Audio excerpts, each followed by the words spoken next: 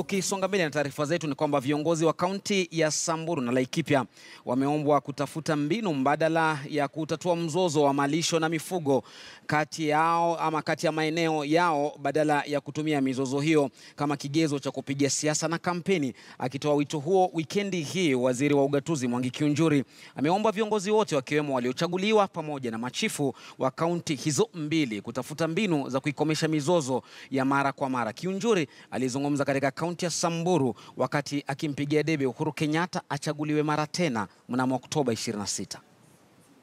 Kuwauliza nyinyi, mjiulize hii swali. Manake tunaweza kuwa na siasa hapa na hatuzuishi maneno. As leaders, nyinyi ndiye mtaharibu hawa ama mtuunganishe. Tujiulize hiyo swali. Mimi nimekuwa kiongozi. Hatujawahi kupigana. Hatujawahi kuua wasungu. Hatujawahi kuharibu mali yao.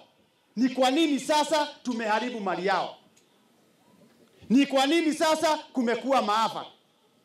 Kwani kiangazi sio kiangazi kama ile ingine? Gavana wewe na gavana Mureithi, MCA wa hapa, MCA wa Laikipia, County Commissioner wa Samburu, County Commissioner wa kwetu, chiefs na wale wengine. Kamati iundwe sawa sawa.